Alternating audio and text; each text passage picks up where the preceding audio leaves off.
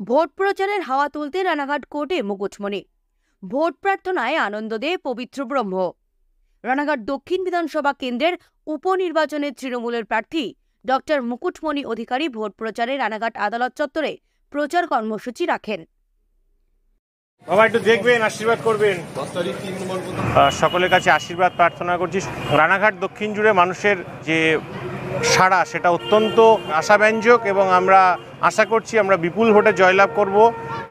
দলের প্রার্থীকে জেতাতে ভোট প্রচারে রানাঘাট পৌরসভার উপপৌর প্রধান আনন্দ দে, পৌর সদস্য পবিত্র কুমার ব্রহ্ম তারা মানুষের কাছে ভোট প্রার্থনা রাখেন। এদিনের ভোট প্রচার কর্মসূচিতে তৃণমূল নেতাকর্মী সমর্থকদের নিয়ে রানাঘাট আদালত চত্বরে আইনজীবী থেকে শুরু করে আদালত কর্মী এবং কোর্টে আসা বিচার প্রার্থী সহ সাধারণ মানুষদের সাথে কথা বলে তাদের কাছে ভোট প্রার্থনা রাখেন প্রার্থী মুকুটমণি অধিকারী।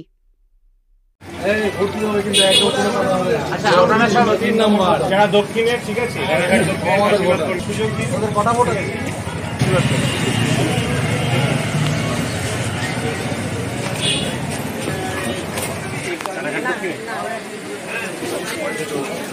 দেখবেন একটু আশীর্বাদ করবেন। দক্ষিণে বলবেন এবার দেখতে হবে, আশীর্বাদ করতে হবে।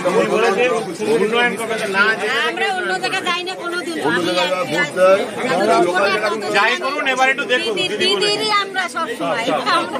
সবাইকে বলতে হবে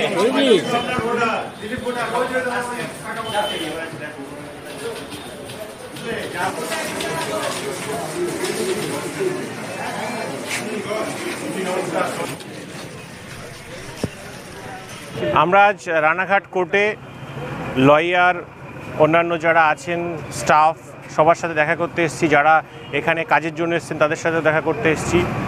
সকলের কাছে আশীর্বাদ প্রার্থনা করছি। সত্যি কথা বলতে রানাঘাট দক্ষিণ জুড়ে মানুষের যে সাড়া সেটা অত্যন্ত আশাব্যঞ্জক এবং আমরা আশা করছি আমরা বিপুল ভোটে জয়লাভ করব। 2024-এর লোকসভা ভোটে যে ভুল ভ্রান্তি এবং নিঃশর্ত নাগরিকত্ব পেয়ে গেছি এরকম একটা চিন্তাভাবনা থেকে মানুষের ভোট হয়েছিল এবং হিন্দুত্বের নামে গুটি কয়েক মানুষের হিন্দুত্ব, রাম মন্দিরের গর্ভ গিয়ে দলিতদের প্রবেশের অধিকার নেই, সমস্ত কিছু নিয়ে সারা ভারতবর্ষে হিন্দুত্বের মুখোশটা খুলে গেছে। সেই জায়গায় দাঁড়িয়ে শিক্ষিত চিন্তনশীল সমাজ কিন্তু আমাদের সঙ্গে আছে। ব্যুরো রিপোর্ট, বর্তমান ভারত।